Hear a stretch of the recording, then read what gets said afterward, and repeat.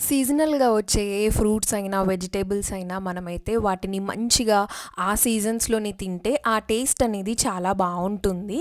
So, ఇది summer season కాబట్టి ఈ సమ్మర్‌లో మనందరి ఫేవరెట్ మామిడికాయ. మామిడికాయతో ఎన్నో రెసిపీస్ చేసుకుంటూ ఉంటాం కదా! ఒక్కసారి ఇలా మామిడికాయ పప్పుచారు చేసుకోండి. ఎంత యమ్మీగా ఉంటుందంటే చాలా బావుంటుందండి. ఫస్ట్ అయితే నేనిక్కడ కందిపప్పు కడిగేసుకొని మంచిగా ముద్దపప్పులాగా వండేసుకోవాలి.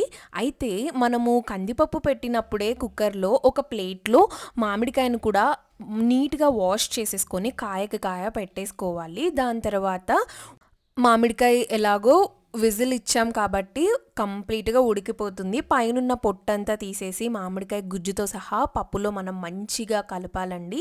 దాని తర్వాత ఇంకా మన మామిడికాయ పప్పుచారుని పోపు పెట్టేసుకోవడమే. ఇక్కడ పోపులో నేనైతే చూపిస్తున్న ఇంగ్రీడియెంట్స్ అన్నీ మీరైతే వేసేసుకోవచ్చు.